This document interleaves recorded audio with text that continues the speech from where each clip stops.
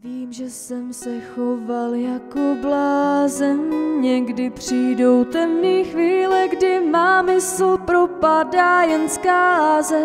Pak už zbývá jenom spadnout na zem a doufat, že tě někdo zvedne a řekne ti: mám tě rád, ty blázne.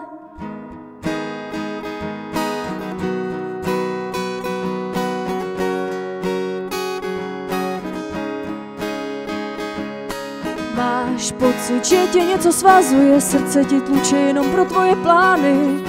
Celý život zahleděnej do sebe, dokazujeme si, že máme na ty pány. Jo, to je můj případ, jel jsem takhle dlouho, ale začalo to skřípat. Žádný zvláštní případ, obrovský hlad mě nutil pomalu chcípat. Chtěl jsem úspěch a slávu, chtěl jsem být chytrý a v právu. Měl jsem ten pocit, že to klape, byl jsem hrdý na sebe, že jsem to někam dotáhnul. Vím, bylo to na nic, ve mně bylo prázdno a chtěl jsem pořád víc. Těžko se v tom stavu dosahuje hranic, já narazil do zdi a neměl co říct. Vím, že jsem se choval jako blázen, někdy přijdou temný chvíle, kdy má mysl propadá jen zkáze. Pak už zbývá jenom spadnout na zem a doufat, že tě někdo zvedne a řekne ti: mám tě rád, ty blázne. Konec, ležel jsem na zemi jak nula, nechápal jsem, že mi někdo ruku podal.